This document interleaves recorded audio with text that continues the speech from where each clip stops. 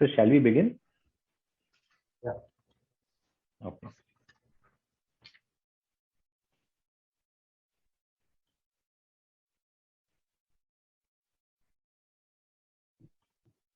This meeting is being recorded. Yeah. So good evening, ladies and gentlemen.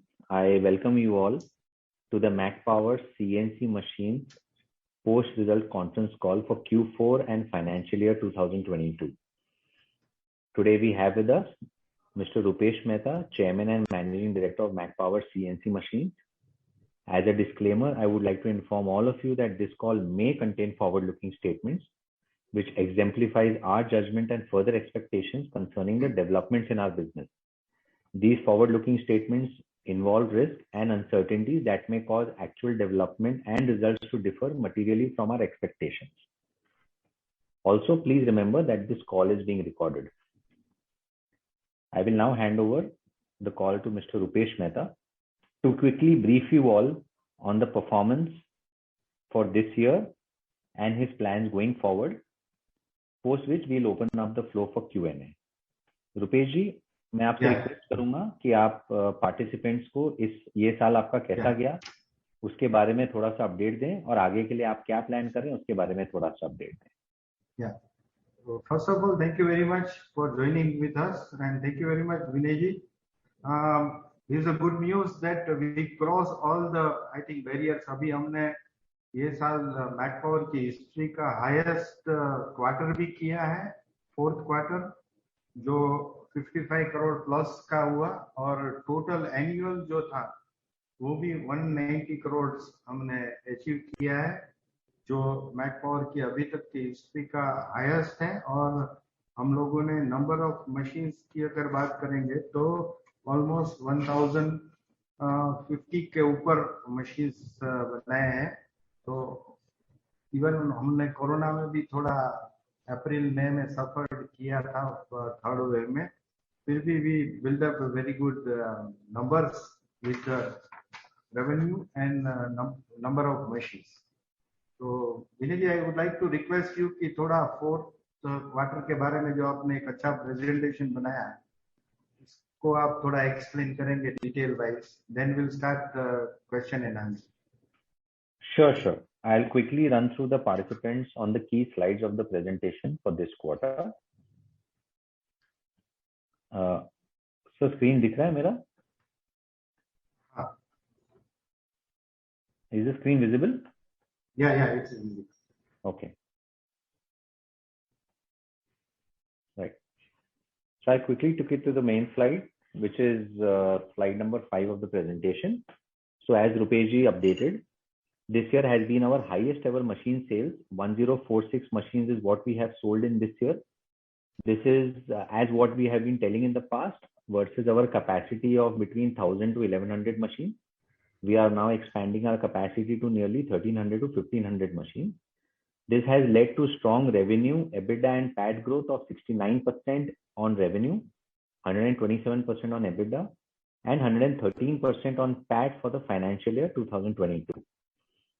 Further, as we have also been indicating, we have continuously been growing our order book in spite of revenue execution.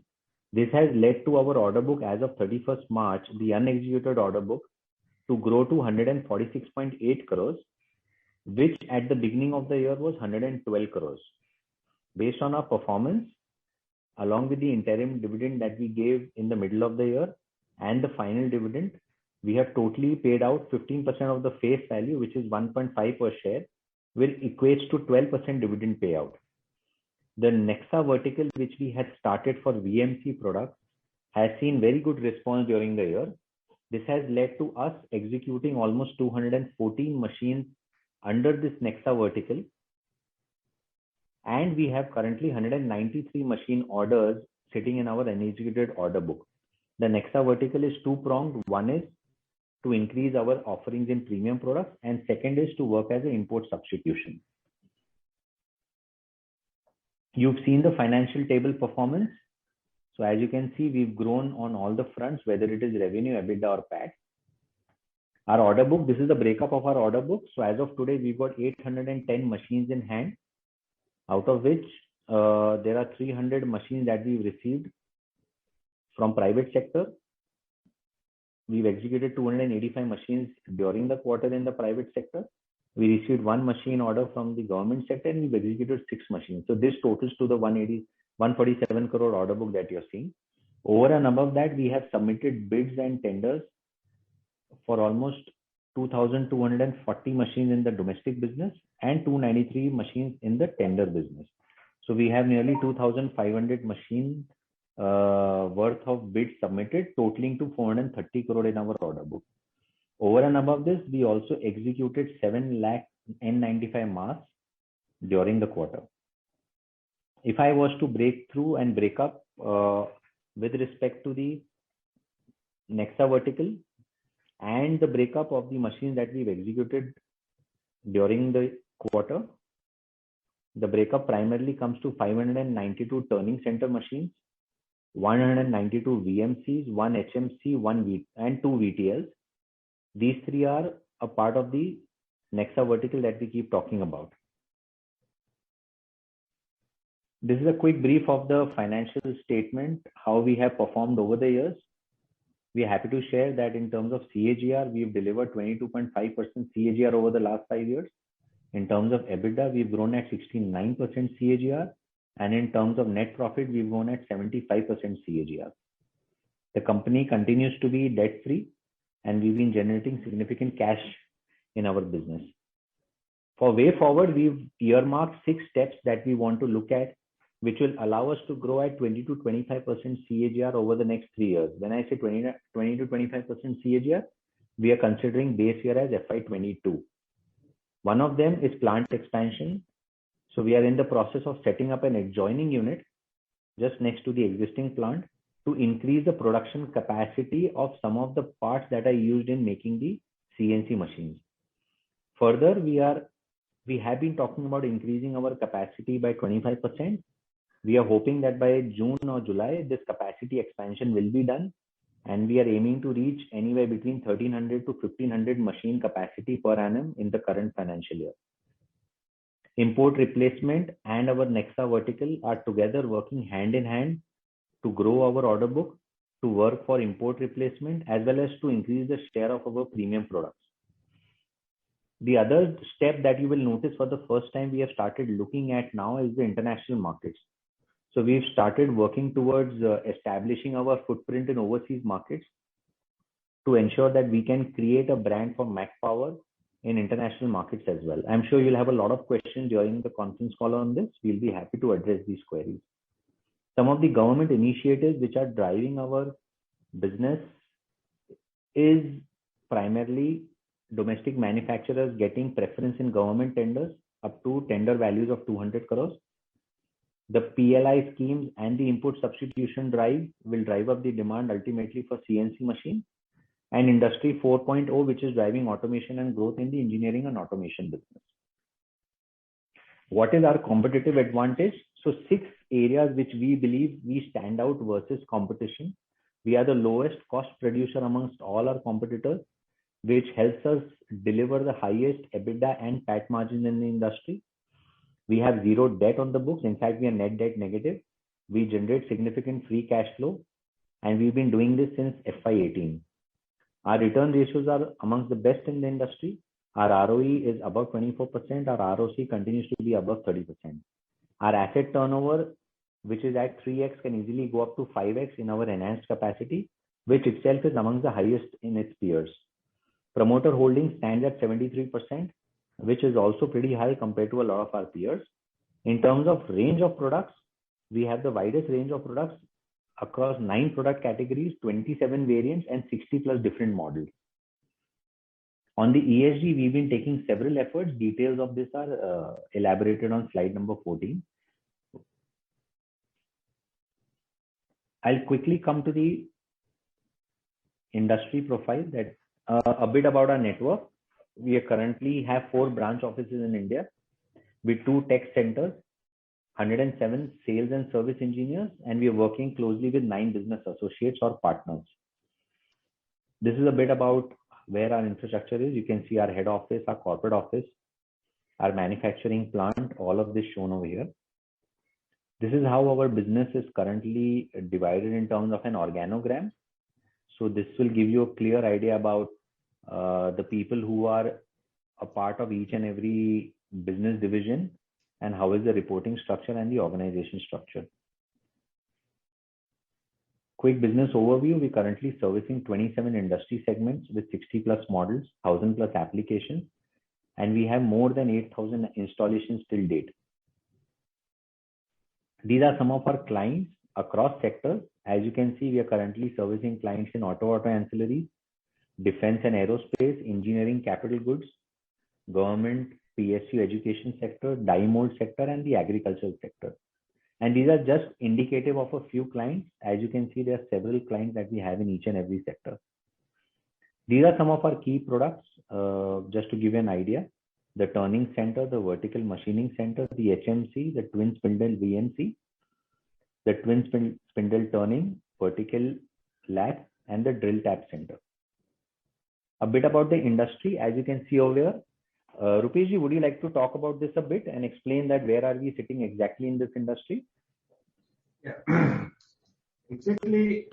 We are in the, there is a machine tools is a big subject, as I discussed in previous meeting. कि बहुत wide, जैसे कि auto sector को हम बात करते हैं तो मशीन टूल्स भी एक वाइड है. उसमें दो मेजर सेगमेंट है, metal cutting and metal forming.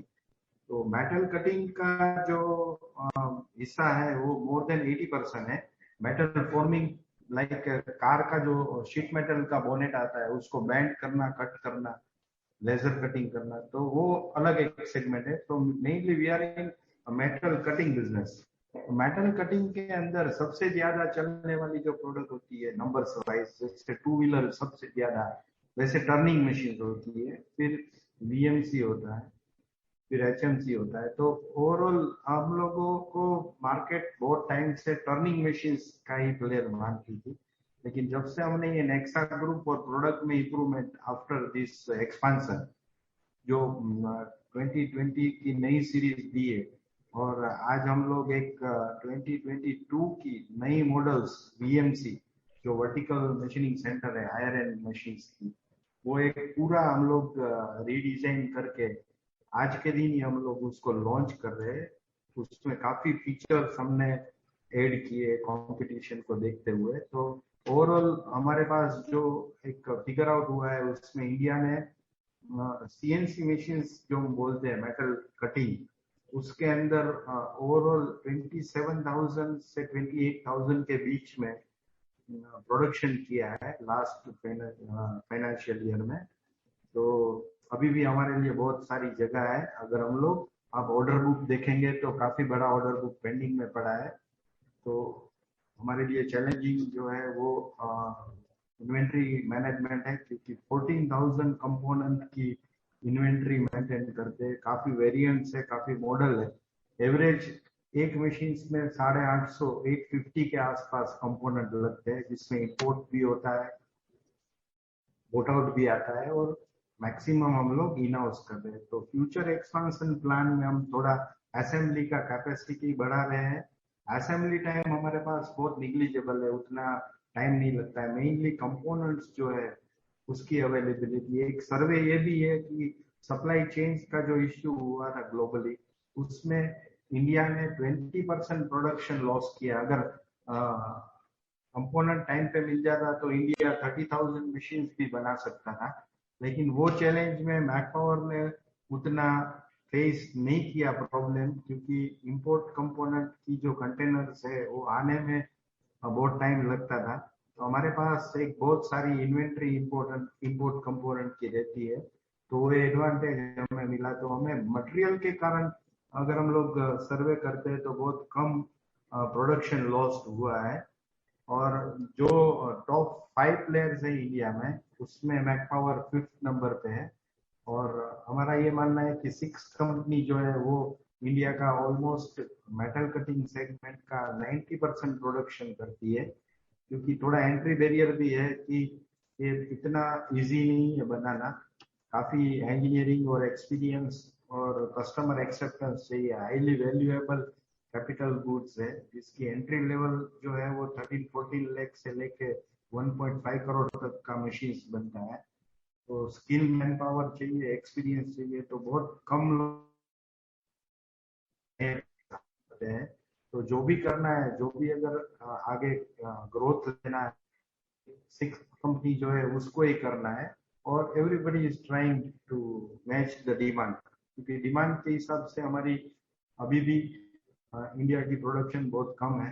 तो वो production, productivity, quality, supply chain management और थोड़ा इंफ्रास्ट्रक्चर का काम सभी कंपनियां करती है। लेकिन सभी का अगर हम लोग बात करते, जैसे विनय जी ने बताया कि टॉप लाइन जो है वो 2000 करोड़ का है, फर्स्ट नंबर का कंपनी, बाकी सब जो है 1000 का है। अभी हम लोग 190 पे ही पहुंचे। तो there are plenty of room, क्योंकि उनके पास जो प्रोडक्ट है वो neck to neck product basket है। उनके पास जितना इंफ्रास्ट्रक्चर है, वो अपना डिस्ट्रीब्यूशन नेटवर्क है सेल्स एंड सर्विस का, वो सारे सिटी में है हमारा।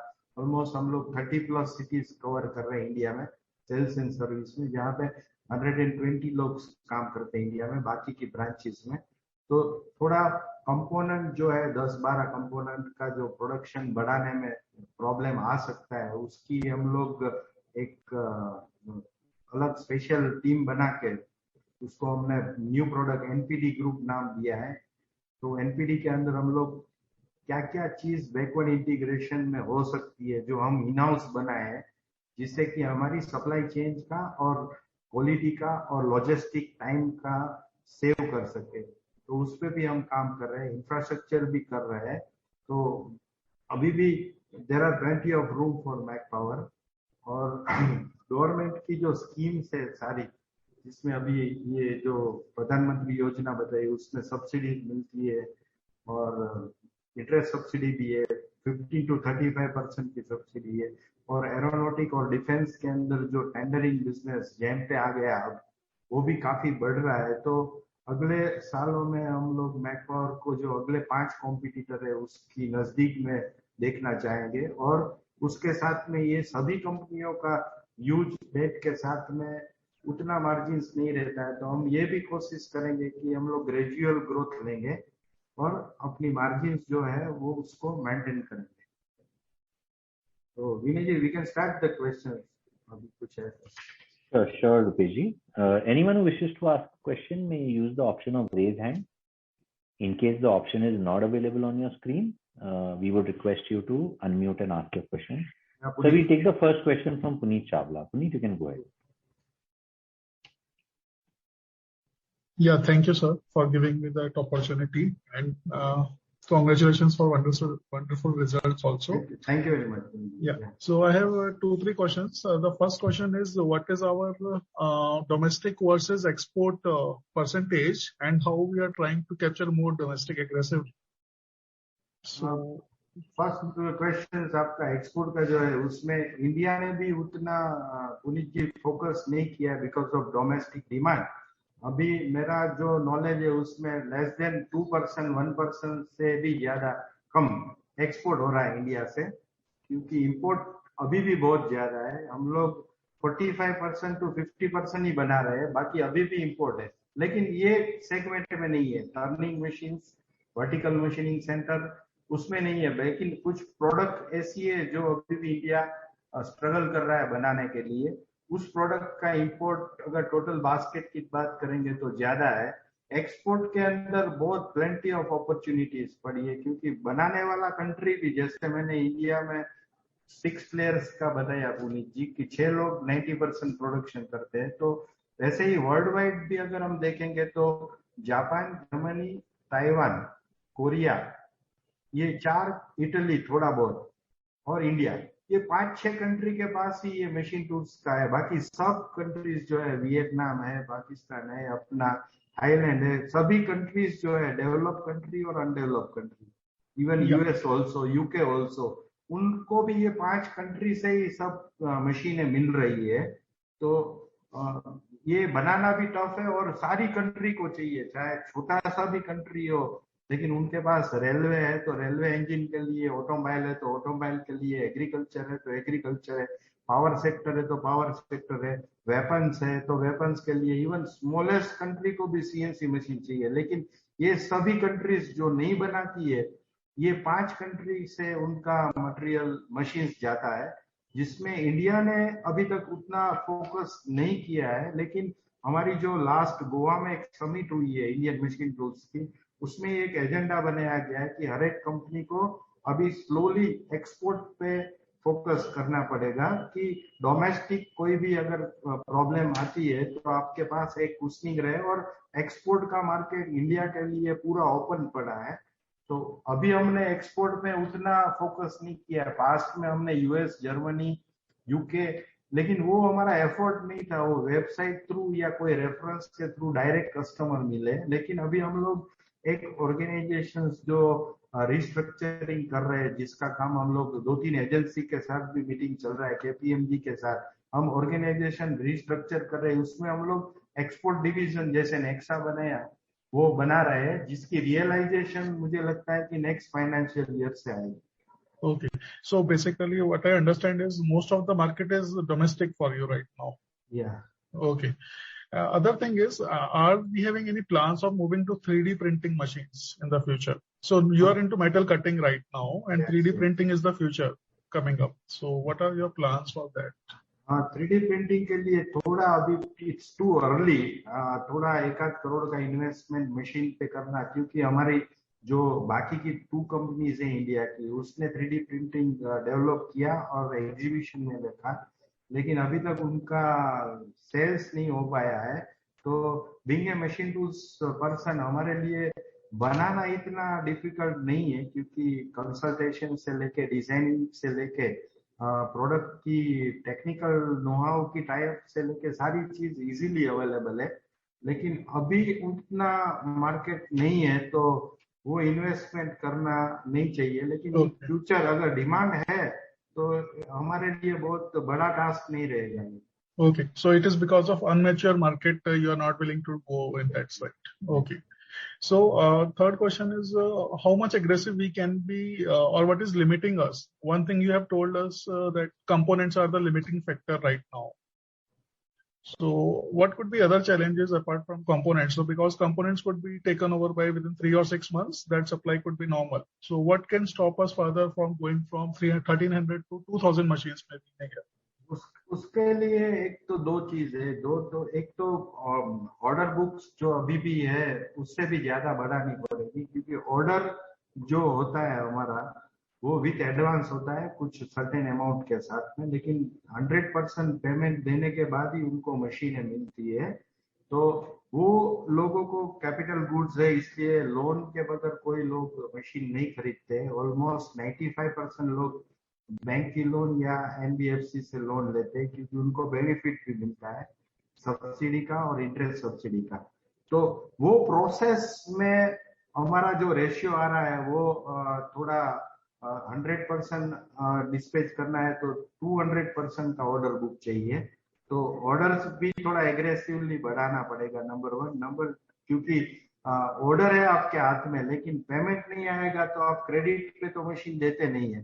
तो वो फाइनेंस का जो इश्यू रहता है बैंक से या डॉक्यूमेंट से, तो उसके लिए जितना ऑर्डर उतना प्रोडक्शन और उतना ही बिलिंग होगा, वो पॉसिबल नहीं हो रहा है। तो हमें और ऑर्डर्स बढ़ाने पड़ेंगे, और कुछ कंपोनेंट्स जो है उसमें हमें डिपेंडेंसी जो है वेंडर से वो कम करके, जैसे कि मैं फाउंड्री की बात करूं तो 400 टन का कंजप्शन अभी हो गया है, तो ऑलमोस्ट काफी बड़ा कंजप्शन है। तो फ्यूचर में 700-800 टन के लिए एक फाउंड्री भी लगेगा। कुछ टरेट नाम का एक कंपोनेंट आता है, एक एटीसी आता है। तो ऐसे कंपोनेंट की हम लोगों ने एनपीडी ग्रुप जो बनाया है उसमें डिस्कशन करके प्रोडक्शन के लिए हम लोग इन हाउस कैसे बनाया जाए, तो उसकी ऑर्गेनाइजेशन बना के उनके एक्सपीरियंस लोगों को रिक्रूट करके हम लोग वो एरिया में भी अभी काम कर रहे हैं। तो दोनों साइड से चैलेंज रहेगा कि हमें नंबर ऑफ मशीन्स की ऑर्डर्स और बढ़ानी पड़ेगी, क्योंकि 1000 ऑर्डर के सामने 1000 का बिलिंग करना उतना पॉसिबल नहीं होगा, क्योंकि उनकी लोन चल रही है, प्रोसेस चल रही है, मार्जिन मनी नहीं है उसके पास। तो ऑर्डर भी बढ़ाना है और प्रोडक्शन भी बढ़ाना है। तो ऑर्डर बढ़ाने के लिए हम लोग रिस्ट्रक्चरिंग कर रहे हैं।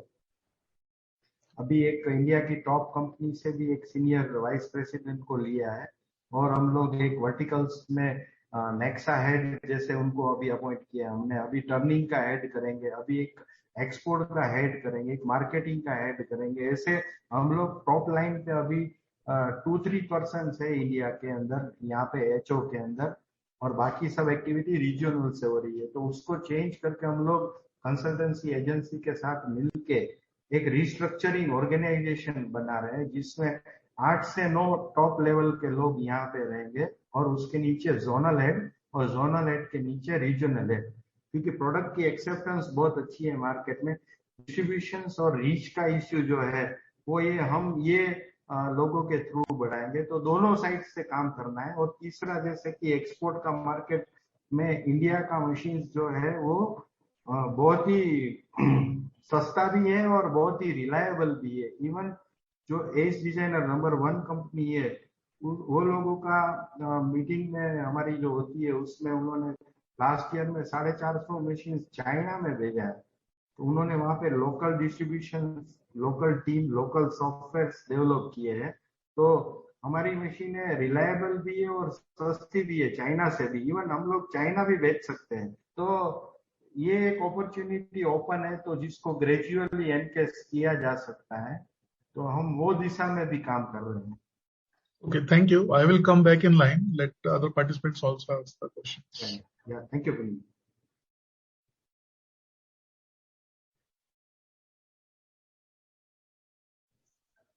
We'll take the next question from Rohit Poti. Rohit, you can unmute and ask. Thank you, Vinay. Thank you, sir, for the detailed presentation and comments. Sir, मेरा पहला question is on the steel prices, sir. वो, I mean, if I see अपना last 3-4 साल में broadly realization stable रहा है, despite steel prices having increased a lot. So, and despite our having sold a lot of higher valued machines through Nexa. तो steel price इतना हमारे selling price में impact क्यों नहीं आ रहा? मैंने सोचा कि अपना selling price 20 lakh 21 lakh inch up करना चाहिए आइडियली। और अभी पास का बताइए, और फ्यूचर में 3 साल में आप जो 25% बता रहे हैं ग्रोथ, होप एक्सपेक्टेशन, उसमें कितना रहेगा अपना रियलाइजेशन ग्रोथ? क्या एक्सपेक्ट कर रहे हैं आप? रोहित जी, एक तो अपने पास जो पेंडिंग ऑर्डर्स पड़े हैं उसमें कंडीशन भी है कि हम लोग आपसे प्राइस जो है वो ज्यादा ले सकते हैं वाइल डिलीवरी। तो कोई भी प्राइस में ऑर्डर लिया है तो वैलिडिटी उसका है ही नहीं, आप डिलीवरी नहीं लेते हो सेम मंथ में ऑर्डर देने के बाद, which is not possible for any of customer कि सेम मंथ में ले। 15 to 20% कस्टमर का ही सेम मंथ में डील हो जाता है, बाकी का नेक्स्ट मंथ, उसके बाद 5-6 महीने तक पेंडिंग ऑर्डर्स में पड़ा रहता है। तो उनको डिफरेंट प्राइसेस देना पड़ता है। और सभी को पता था कि रॉ मटेरियल का प्राइस बढ़ा है, इसलिए हमने जहां पे भी अपॉर्चुनिटी मिला वहां पे प्राइस ऑर्डर के बाद भी डिफरेंट प्राइस लिया है न्यू परचेज ऑर्डर के साथ में। दूसरा कि अपने पास इन्वेंट्री अगर आप देखेंगे तो काफी पड़ा रहता है, मिनिमम 3 to 4 मंथ का इन्वेंट्री तो अपने पास रहेगा ही। प्लस सप्लायर का भी एक सपोर्ट रहता है क्योंकि हम उनके साथ पार्टनर की तरह काम करते हैं। मैं आपको एक बात बता, यूकेन करके बैंगलोर का हाइड्रोलिक कंपनी है, लिस्टेड कंपनी है यूकेन, जो हाइड्रोलिक्स बनाती है और हमारे लिए पावर पैक जो आती है वो बनाती है। उसको हम लोगों ने 7 साल से 7 ईयर्स से प्राइस हाइक नहीं दिया है। 3 मीटिंग्स हो चुकी है हमारी, और अभी भी मैंने उसको बोला है कि 1-8 महीना वेट करो, अप्रैल मई के बाद हम बात करेंगे। तो सप्लायरों का भी सपोर्ट हमें काफी मिलता है क्योंकि काफी सप्लायर्स है वो काफी हद तक हमारे साथ डिपेंडेंट है और उनके पास भी उतनी इन्वेंट्री पड़ी रहती है और उनके सप्लायर्स को भी उनका सपोर्ट मिलता है। तो हमें इतना इम्पैक्ट नहीं मिला, कुछ जो इम्पैक्ट आया है वो करेंसी के कारण आया है। तो वो सारा चीज जो है वो हमने अपने सप्लायरों से लिए। और दूसरा जो इम्पैक्ट आ सकता था वो 1 or 2% का आ सकता था मटेरियल का, लेकिन हमने जो लास्ट ईयर में अपना इन हाउस कैपेसिटी जो बिल्डअप की है, अपने जो पहले वेंडर से हम लोग करवाते थे वो इन हाउस की है, उसकी जो प्रॉफिट हमें मिली है, जो पहले समझो कि हमारा मटेरियल कंजप्शन 70% था तो 68 तक हो गया था, लेकिन वो अगर बैलेंस करते हैं तो वहां पे भी एक बैलेंस आउट हो गया हमारा कि हमने कंपोनेंट इन हाउस बनाया। तो अब हम लोगों ने दो प्राइस लिस्ट निकाल दिए, एक लास्ट 4 महीने पहले निकाला और एक आज नया प्राइस जा रहा है, क्योंकि मार्केट में कॉम्पिटिटरों ने भी प्राइस बढ़ा दिया है। तो वो इम्पैक्ट जरूर आया है, लेकिन जो प्रॉफिट आना चाहिए था अपनी इन हाउस कैपेसिटी का, वो इसमें नहीं दिखा है। वो अब हम प्राइस बढ़ा रहे हैं और रॉ मटेरियल का प्राइस भी काफी कम होता जा रहा है, तो वो इम्पैक्ट आपको ये बैलेंस शीट में दिखेगा। Thank you. आई मीन आप ऑलवेज बहुत डिटेल आंसर देते हैं और उसके लिए थैंक यू।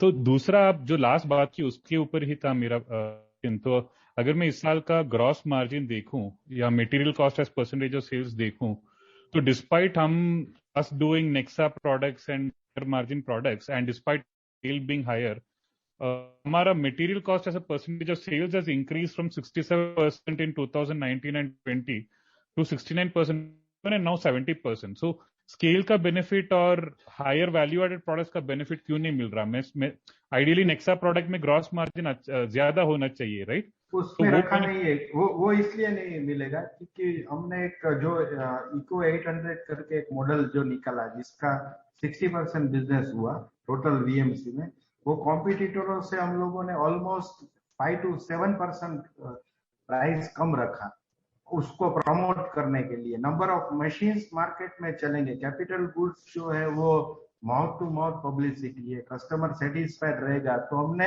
एग्रेसिवली इतना नंबर्स डाला क्योंकि मैकपावर को लोग टर्निंग पे जानते थे, वीएमसी पे जानने के लिए। तो एक तो हमारा इंडिया का लोएस्ट प्राइस था कि हमें ज्यादा से ज्यादा नंबर करना है उस प्रोडक्ट के ऊपर, और अब जो हम लोगों ने उस मशीन्स को भी रीडिजाइन करके आज हम एक लॉन्चिंग कर रहे हैं पूरी नई सीरीज का, उसमें हम कॉम्पिटिटर से भी अच्छा प्राइस लेंगे क्योंकि हमने उसमें फीचर्स भी डाला और एक्सेप्टेंस भी बढ़ा है हमारा। तो एक रीजन ये था कि नेक्सा प्रोडक्ट का हमने मार्जिन से वो नॉर्मल टर्निंग की तरह ही कैलकुलेट करके वो पास ऑन दिया नंबर्स बनाने के लिए। दूसरा, एक्सपेंस के ऊपर भी अगर आप देखेंगे तो एम्प्लॉय जो है वो बहुत बढ़ रहा है क्योंकि आपको एम्प्लॉय ग्रोथ की जो स्पीड है उसमें प्री ऑपरेटिंग प्रीलिमिनरी एक्सपेंसेस, क्योंकि कोई भी आदमी रखने के बाद 5 to 6 मंथ पे ही काम आता है।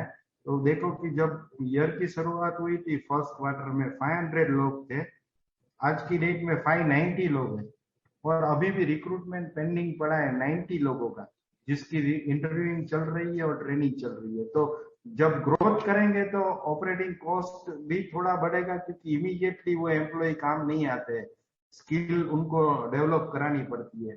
और पेनिट्रेशन के लिए हमने वीएमसी प्रोडक्ट में भी उतना मार्जिन नहीं लिया, तो लोगों को ये मजा आया कि हाईएस्ट फीचर्स दे रहे हैं, जैसे कि कोई भी कंपनी रोलर गाइडलेस वीएमसी में स्टैंडर्ड नहीं देती है, उसका ऑप्शनल पैसा लेती है।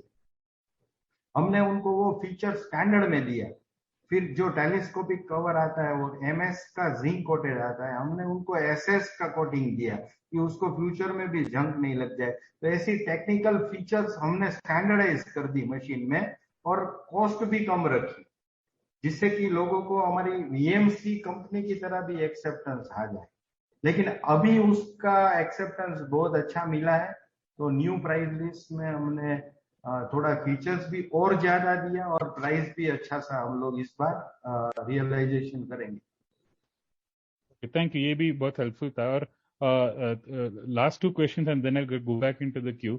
ये जनरली अभी बाकी इंडस्ट्रियों में एट्रिशन का बहुत सुनने में आ रहा है, हमारे इंडस्ट्री में भी एट्रिशन का इश्यू ज्यादा है कि नहीं, वो एक प्रश्न था। और या ये इसके ऊपर बात कीजिए, उसके बाद मैं लास्ट पूछता हूँ। ये समझा नहीं मैं question. So in general IT industry सब में बहुत एट्रिशन का सुनने में आ रहा है कि सैलरी बहुत बढ़ रहे हैं और एम्प्लॉयज छोड़ के दूसरे कंपनी जा रहे हैं क्योंकि उनको अच्छा हाइक मिल रहा है। हमारे इंडस्ट्री में ऐसा एट्रिशन प्रॉब्लम दिख रहा है क्या आपको? नहीं, उतना नहीं है क्योंकि रिक्रूटमेंट जितनी हो रही है उसकी 10% अभी हम लोग एक डाटा एनालिसिस करते हैं, उसमें से हर महीने 2 से 3 लोग ही जाते हैं, उसके सामने 20 to 25 पीपल हम लोग नए ज्वाइन कर रहे हैं क्योंकि आगे ग्रोथ के लिए हमें एम्प्लॉय की जरूरत है। दूसरा, हम लोग परफॉर्मेंस के हिसाब से एचआर की जो एक्टिविटीज है, एवरेज हम लोगों ने एवरी ईयर 10% का हाइक दिया है सैलरीज में, और कुछ एरियाज में जो एक्स्ट्रा ऑर्डिनरी परफॉर्मेंस दिया है जिन्होंने, उनको हमने 30% तक भी हाइक देकर रिटेन किया है, जिसको अनएक्सपेक्टेड। दूसरा, हमने अभी एक सेल्स कॉन्फ्रेंस किया 1.5 मंथ पहले पूरे इंडिया की टीम का और विथ डिस्ट्रीब्यूटर ऑल्सो।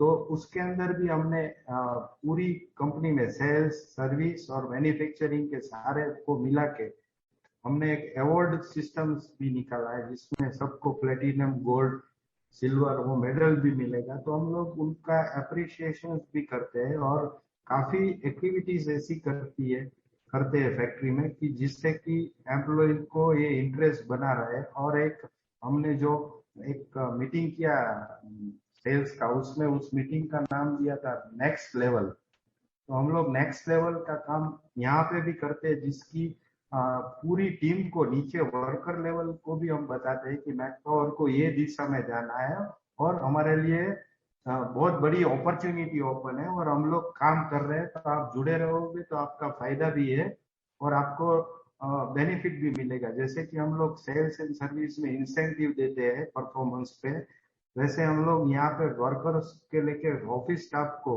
सारी फैसिलिटीज जो है, यूनिफॉर्म है, ट्रांसपोर्टेशन, कंपनी के पास 4 बस है, free canteen, free breakfast, free T, medical, ये सारा बेनिफिट्स जो हम उनको देते हैं, ग्रेजुएटी, पीएफ, तो उसके कारण बहुत कम रहता है बाहर जाने का। और दूसरा, हमें ये एरिया में जो आपने थ्रेट्स बताया, उस एरिया में हमें एक अपॉर्चुनिटी मिलता है कि राजकोट का जो 3rd नंबर का 4th नंबर का सबसे बड़ा कंपनी है मशीन टूल्स का, इंडिया का 3rd और 4th नंबर पे, वहां पे 1700 एम्प्लॉई है।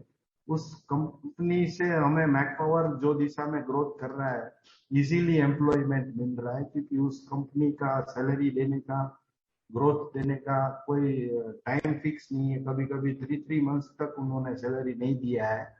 तो वो एरिया में रोहित जी हमें अपॉर्चुनिटी मिला है लास्ट ईयर में।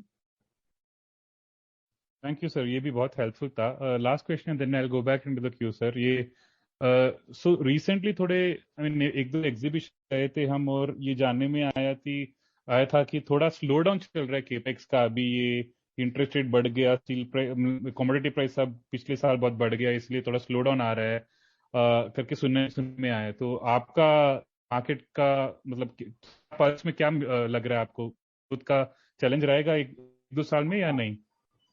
नहीं, लॉन्ग टर्म कभी नहीं रहेगा, लेकिन जैसे कि कैपिटल गुड्स से सबका बैलेंस शीट बढ़ रहा है, तो ऑलवेज हमारा एक कोई एफएमसीजी में सीजनल बिजनेस होता है, वैसे हमारी कैपिटल गुड्स को आपने देखा हुआ है इतने सालों से कि फर्स्ट क्वार्टर कम रहेगा, सेकंड और बढ़ेगा, थर्ड और बढ़ेगा और फोर्थ है वो वंडर्स करेगा। तो यही पैटर्न चलता है, क्योंकि अप्रैल में सबका स्लो डाउन है, भर भर के मार्च में बिलिंग किया है सबने। और जो भी लोन पेंडिंग पड़ी है, क्योंकि जैसे मैंने बताया कि ऑर्डर बुक सबके पास बहुत पड़ा है, अपने पास भी 1000-1200 के आसपास पेंडिंग ऑर्डर है, तो सबका ऑर्डर पड़ा है। फिर भी रियलाइजेशन अप्रैल में उतना नहीं होता है, क्योंकि पेमेंट के बगैर कोई कैपिटल गुड्स में एक भी, हमारे बाकी के कॉम्पिटिटर भी क्रेडिट पे मशीन नहीं देते हैं। तो उस टाइम पे जब बैंक की लोन है, उसका प्रोसेस है, बैलेंस शीट नहीं बना है और बैंक वाले भी मार्च क्लोजिंग में 15 अप्रैल तक, 20 अप्रैल तक तो बिजी रहते हैं, तो वो पैटर्न दिख रहा है कि अप्रैल में कम होता है, लेकिन मई में वो धीमे धीमे पिकअप आ जाता है। और जो आप मेटल प्राइस की बात करते हैं, उसका इम्पैक्ट जो हमारा मशीन खरीद के काम करने वाले लोग हैं उसको आया है थोड़ा, कि क्या प्राइस में हम लोग आपको कंपोनेंट कोट करें। लेकिन अभी जो लास्ट 10 डेज की बात करेंगे तो वापिस ऑर्डरिंग का प्रोसेस बहुत फास्ट चालू हो गया है और बिलिंग का प्लानिंग भी बहुत अच्छा आ रहा है। लेकिन जैसे कि मैं आपको बताऊं एक एग्जांपल पे, 149 मशीन्स का बिलिंग में प्लान आया था ब्रांचेस से, लेकिन रियलाइजेशन उसका 60-70% ही हुआ, तो लोन फॉरवर्ड हुआ। तो ये बैंकिंग के कारण प्रोसेस में लंबा हो रहा है, इसलिए थोड़ा कॉस्ट में रहता है। लेकिन मुझे स्लो डाउन का उतना ओवरऑल फाइनेंशियल ईयर में हमारी मशीन टूल समिट में ये एज्यूम किया गया है कि 20% पूरा सेगमेंट ग्रोथ करेगा। जैसे कि 28,000 मशीन बनाया, तो this year India 31,000 plus cross करेगा। Thank you, sir. No more questions. I'll get back into the queue. Thank you so much. Thank you. Thanks, Rohit. Anybody else who wishes to ask a question may raise your hand or unmute and ask a question, please.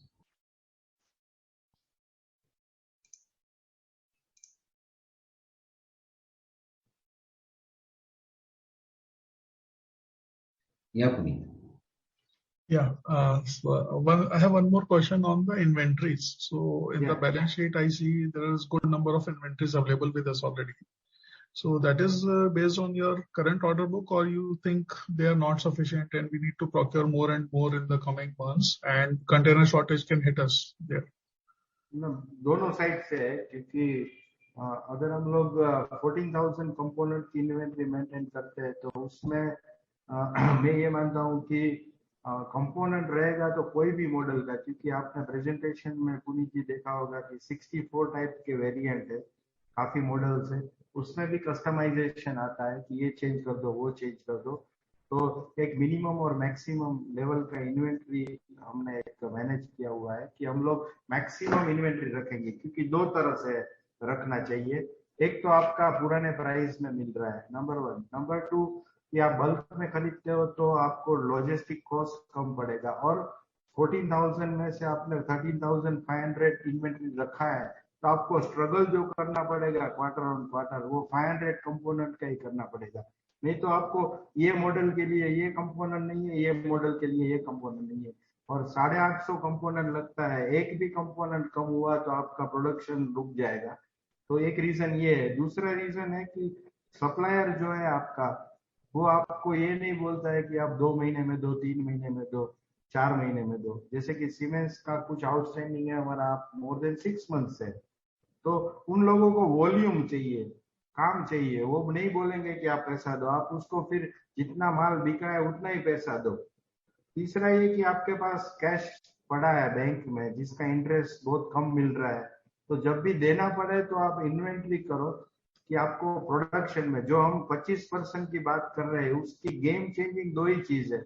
आपके पास material पड़ा है, आपके पास skilled man power है, और आपके पास थोड़ा infrastructure भी है जिसमें कंस्टेंट वाले आइटम्स आप इन हाउस कर रहे हैं।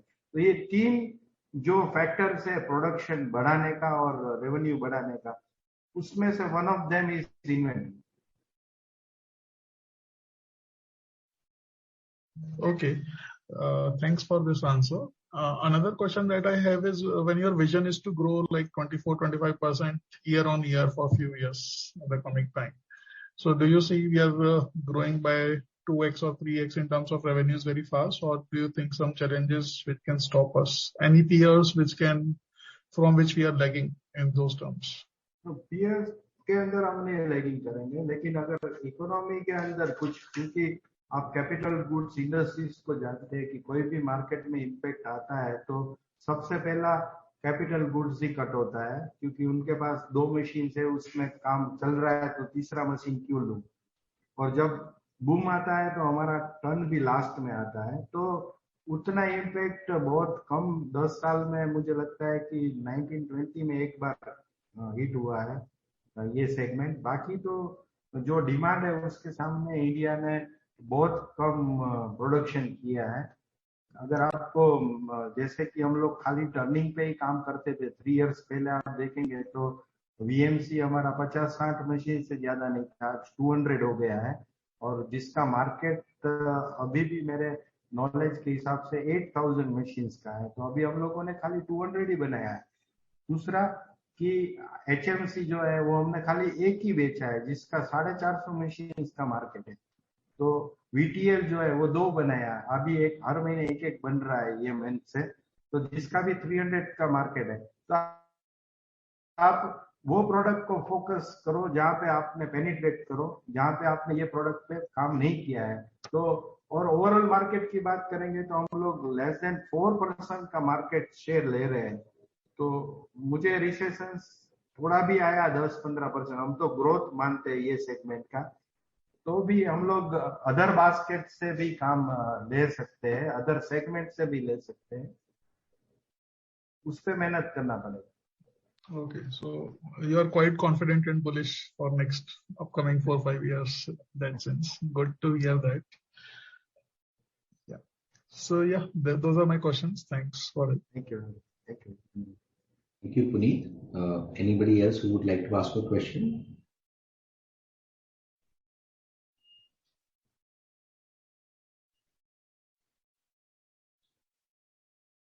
Sir, while somebody wishes to ask a question, I would like to ask you one question. Yeah, Vinay ji. आप बोल रहे हैं जैसे आपने 1024 मशीन्स किया इस बार और अब आप कैपेसिटी बढ़ा रहे हैं 1300 से 1500 बाय जून, करेक्ट? जी जी। ऐसा क्या कर रहे हैं जिससे आपकी ये कैपेसिटी बढ़ जाएगी? And what kind of revenue potential will these 1300 to 1500 machines have for you in future? एक तो हम लोगों ने जो से कि वेंडर्स डेवलपमेंट किए, कुछ जो कंपोनेंट पे हमारा कंस्टेंट था, कुछ कास्टिंग्स जो आता है उसमें सबसे ज्यादा चैलेंजेस आया। जो स्टील का कास्टिंग आता है उस पे हमारे पास एक पैटर्न था कि से फॉर एग्जांपल एक टर्निंग का VX 300 मॉडल है सबसे ज्यादा चलने वाला। उसकी जो पैटर्न होती है, जो पैटर्न के ऊपर से ये लोग कास्टिंग को मोल्ड करके हमें कास्टिंग देते हैं। तो हमारे पास पहले एक ही पैटर्न था, तो हम एक सप्लायर पे एक पैटर्न होने के कारण हम लोगों को डिपेंडेंट रहना पड़ता था। अब हमने पैटर्न शॉप के लिए बहुत बड़ा CNC राउटर्स जो है वो परचेज किया और पैटर्न शॉप डेवलप किया। अब हमारे पास कुछ कंपोनेंट जो है उसकी 3 सेट की पैटर्न है, 3 सेट की। तो पहले 25 कंपोनेंट देने में एक ही पैटर्न था तो तकलीफ होती थी, अब 75 कंपोनेंट 3 जगह से हमें मिलेगा। तो वो कंस्ट्रेंट दूर करने के लिए हमने पैटर्न शॉप बनाया और पैटर्न्स का काम अभी भी चल रहा है, तो जिससे कि हम लोग एक ही टाइप की कंपोनेंट 2 या 3 सप्लायर से लेंगे तो कास्टिंग का कंस्ट्रेंट है वो कम हो जाएगा। दूसरा, असेंबली का जो एरिया है उसमें असेंबली की मशीनें पड़ी रहती है असेंबली के टाइम पे, डिस्पैच के टाइम में। उसमें टर्निंग मशीन्स का जो शॉप फ्लोर है वो जो अभी है उससे डबल साइज का और एक शॉप फ्लोर का कंस्ट्रक्शन का काम चल रहा है, वो 3-4 मंथ्स में कंप्लीट हो जाएगा। और वहां पे जो हमारा स्टोर डिपार्टमेंट था उसको शिफ्ट करके बाजू में हमारे पास जो यूनिट 2 है उसमें शिफ्ट कर रहे हैं, उसका भी कंस्ट्रक्शन का काम चल रहा है। तो अभी हमें असेंबली के लिए ज्यादा जगह मिलेगी और कंपोनेंट की जो कंस्ट्रेंट आती थी उसके लिए पैटर्न करना पड़ेगा, तो पैटर्न किया है। और बाकी की कंपोनेंट के लिए हमने अपने नए वेंडर्स डेवलप किए। दूसरा एक एक्सरसाइज हम कर रहे हैं कि 25% प्रोडक्टिविटी इंप्रूवमेंट के लिए हमने एक एक्सरसाइज किया है जिसमें शीट मेटल शॉप जो है इन हाउस का, मशीन शॉप है इन हाउस का, स्पिंडल शॉप है इन हाउस का, डिजाइन टीम है, वो सारा मिलके how to reduce the assembly time. तो अभी से फॉर एग्जांपल हमारा कोई भी 40 आवर्स का एक मैन डेज में एक टर्निंग मशीन असेंबली होता है, उसको 25% टारगेट करके 30 डेज मैन डेज में कैसे हो जाए, उसके लिए भी एक CFT कमिटी है, वो रेगुलरली डे टू डे, क्योंकि एक आदमी चेंज करेगा तो दूसरे को इम्पैक्ट आएगा उसका, दूसरे डिपार्टमेंट को। तो वो कोऑर्डिनेशन के लिए CFT कमिटी है, वो भी वर्क कर रही है। तो ये 4-5 रीजन है जिससे कि हम लोग कैपेसिटी बढ़ जाएगी, ऐसा confidence.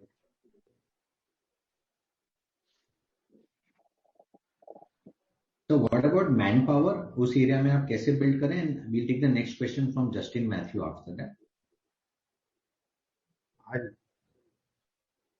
Hi sir, I have a question.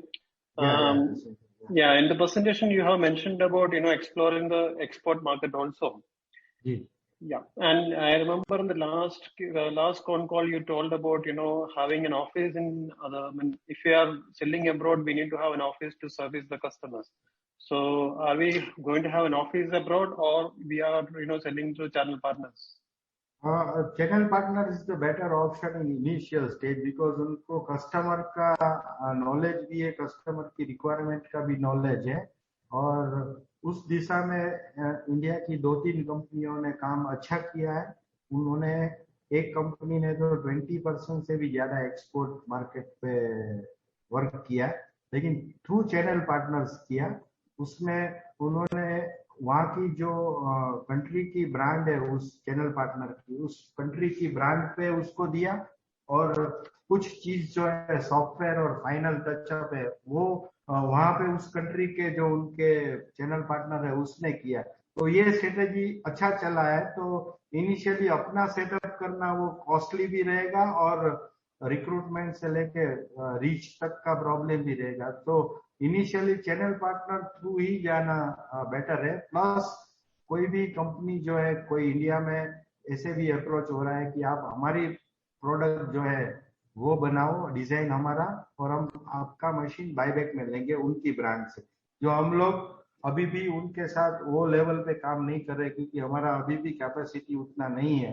बाकी सब कंपनियां ने उनके साथ ऐसा काम किया है। तो उस बाहर की कंपनी का भी वर्ल्ड वाइड डिस्ट्रीब्यूशन नेटवर्क है। तो एक जेवी के थ्रू, उनके थ्रू भी काम हो सकता है इन फ्यूचर, अगर कोई अपॉर्चुनिटी मिलेगा। लेकिन हम अपना एस्टैब्लिशमेंट करने की अभी नहीं सोचेंगे। Okay sir, thank you. Thank you, thank you. तो जो मेरा एक क्वेश्चन था, follow up to what I was asking you before, आप मैन पावर बढ़ाने के लिए क्या क्या कर रहे हैं? Are there any steps you are taking at senior level management as well? हाँ, सीनियर लेवल पे अभी हमने एक मीटिंग लास्ट वीक में कंप्लीट किया। अभी भी उसमें थोड़ा मॉडिफिकेशन कर रहे हैं, जिसमें सेल्स, हमने 4 एरियाज जो है वो की areas, sales and marketing, service जो सबसे बड़ा इंपॉर्टेंट फैक्टर है, और डिजाइन, वो तीनों के ऊपर काम करके हम लोगों ने एक ऑर्गेनाइजेशन स्ट्रक्चर रिस्ट्रक्चरिंग किया है। और हम उसको एवेल्यूट करने का काम एक्स मकीनों के लोग है। एक मर्क्यूरी गोल्ड करके पूना में एक एजेंसी है, कैपीआई है। हम इन लोगों के साथ भी अभी मीटिंग कर रहे हैं कि हमारा जो रिस्ट्रक्चरिंग ऑर्गेनाइजेशन बन रहा है उसको एवेल्यूट करके वो हमें अपना जो पास्ट का एक्सपीरियंस है उन लोगों का उसमें हेल्प करें। उसके साथ में हम जो हायर एंड की रिक्रूटमेंट है उसका काम भी रिक्रूटमेंट एजेंसी को देंगे।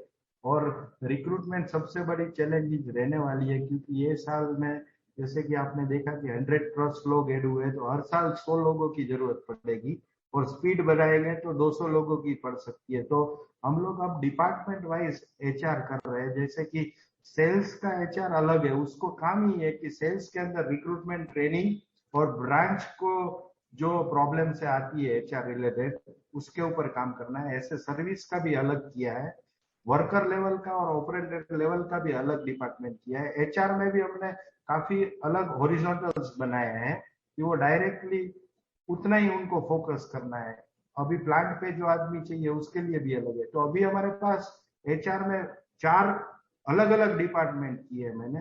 अब उसके ऊपर काम करेंगे, और नई रिक्रूटमेंट जो चाहिए वो B level and C level तक की तो हो जाती है, इवन ए लेवल की भी हो जाती है। लेकिन टॉप मैनेजमेंट जो हमें ऐड करना है उसमें हम कंसल्टेंसी एजेंसी के साथ मीटिंग कर रहे हैं। तो वो खाली रिक्रूटमेंट नहीं करेगा, वो पैनल बना के उनका इंटरव्यूइंग भी करेगा हमारे साथ में मिलके।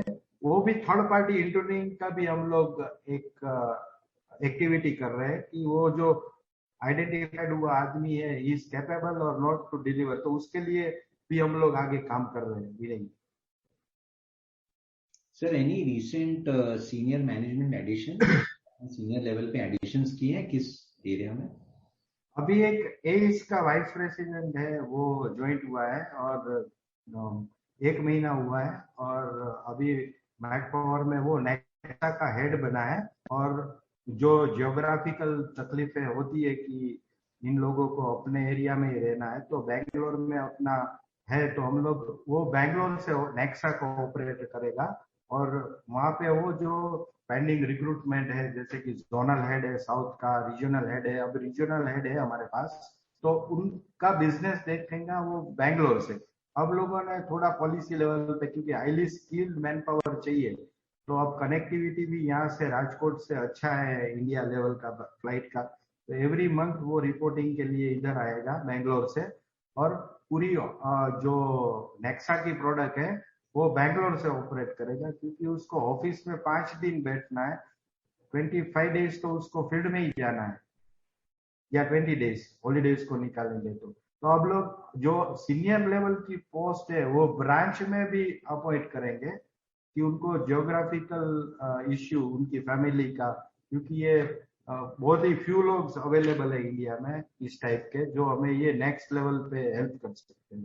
तो एक अभी सीनियर ज्वाइंट हुआ है और एक हमारे कॉम्पिटिटरों से मशीन शॉप का जो हेड है वो ज्वाइंट हुआ है और वो अच्छा सा आउटपुट दे रहा है और एक ही महीने में उसने हमारी मशीन शॉप की कैपेसिटी 20% बढ़ा दी है। तो वो भी काम चल रहा है विनय जी।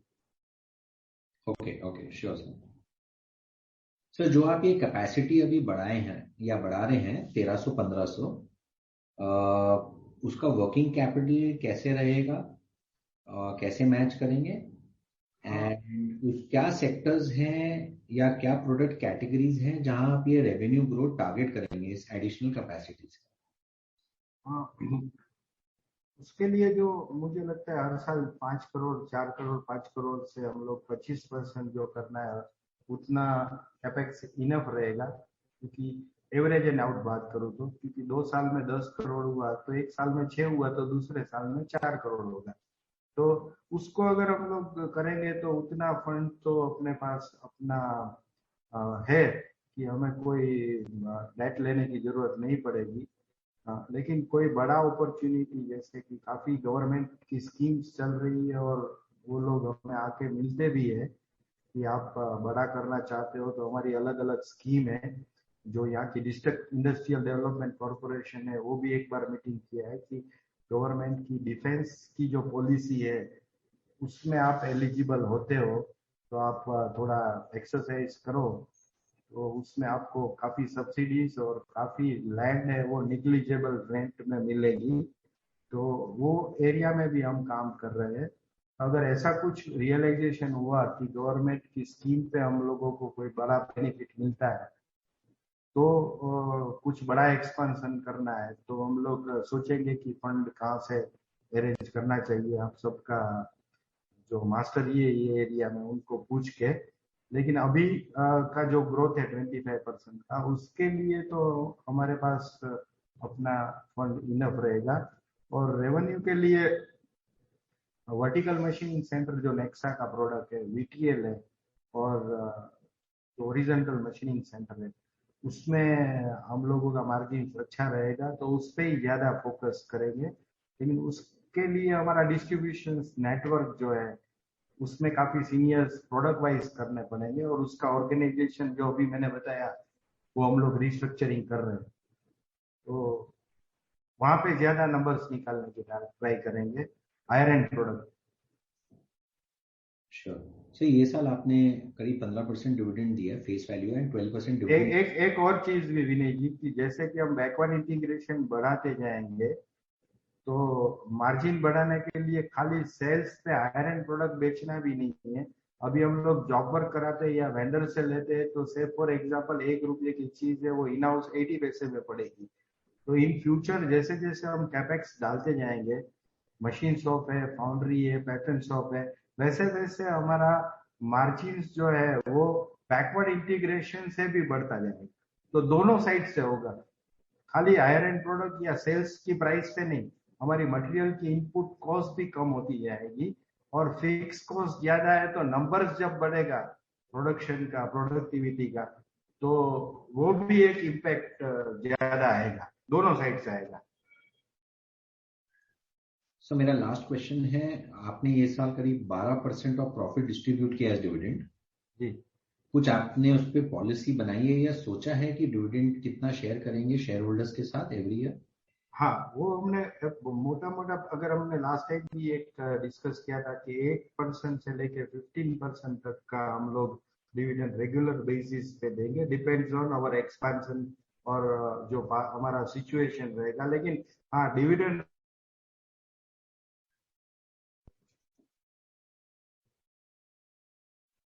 Sure, sir. Anybody else who wishes to ask a question?